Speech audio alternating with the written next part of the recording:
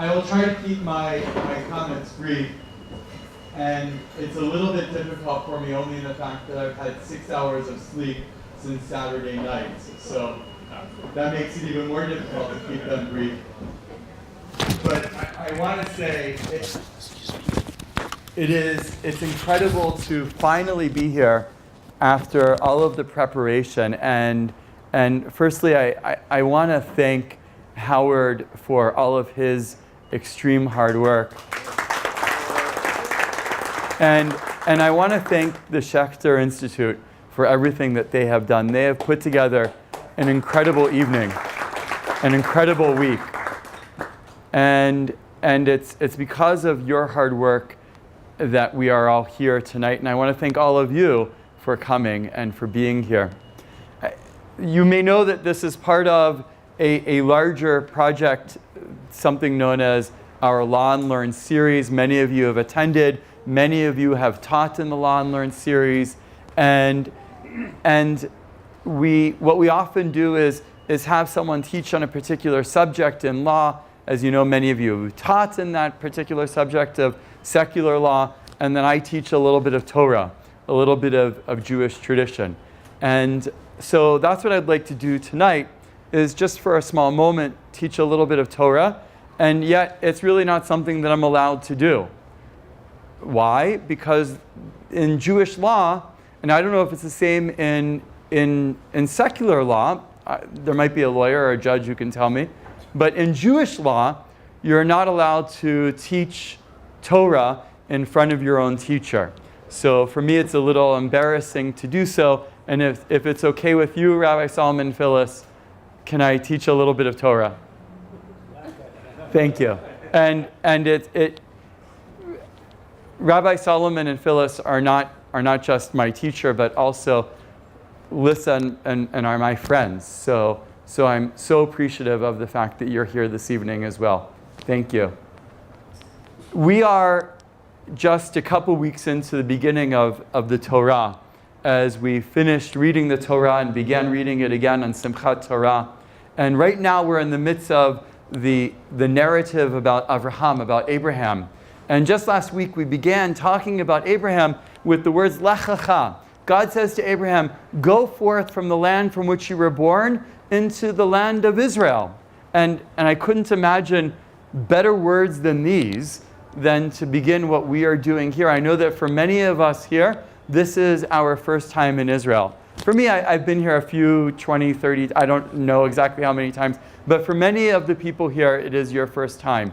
And it is such a blessing. There are trips, there are vacations, and then there's coming to Israel. And I know some of us are Jewish, some of us are not Jewish, and regardless if you're Jewish or not, coming to Israel is one of the greatest blessings that you will ever have in your life. This coming week, in this coming week's Torah portion, we read a foreshadowing of a story that's going to happen later on. And there's a famine in the land of Israel. Abraham is here already. He's with his wife Sarah, and there's a famine in the land of Israel. And he and Sarah are forced to go into Egypt. And they make it to customs. I know I sat in a 20-minute line today for customs coming into Israel. And they're about to go through customs. And Abraham says to his wife, you know what? Because of your beauty, I want you to lie, maybe not lie, and tell them that you're my sister. Don't mention that you're my wife, because and that brings up a whole other subject that we're not going to get into right now. But the rabbis ask, didn't Abraham not realize before that his wife was beautiful? Does he just now realize that his wife is beautiful? Rashi, an 11th century French rabbi and probably the most famous commentator on the Torah, gives a couple of different reasons for why now Abraham mentions Sarah's beauty. And one of the answers that he says is that only at this moment does he realize Sarah's beauty, because they've traveled all over the land of Israel, made it to the border of Egypt, and are about to go through Egyptian customs.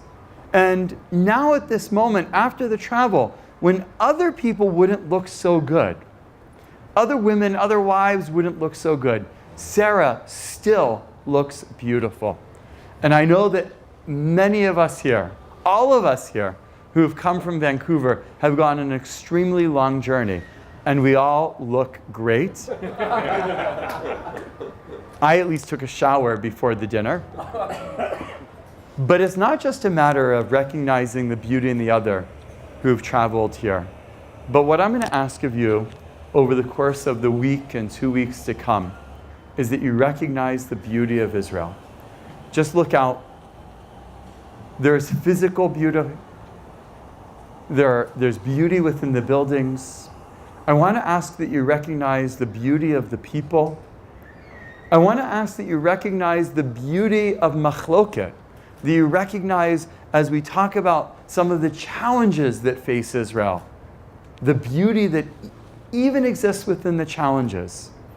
And most importantly, by the way, this morning I had to wait for an hour when I arrived to Israel, when I arrived to Ben Gurion, and I had not yet had the opportunity to say Shachrit, the morning service. So I did what many people do when they arrive to an airport, or when that airport is a Jewish airport. I went to Ben Gurion, I went to the synagogue, and I said Shachrit, I said the morning service. And I still had a little bit of time after saying the morning service, so I know that there's no other airport in the world where you can do this. I pulled a text out of the library in the synagogue in the airport.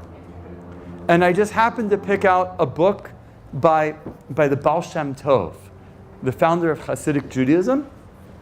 And in that particular book, the Baal Shem Tov, I just happened to open to a page. I randomly opened somewhere near the beginning of this book.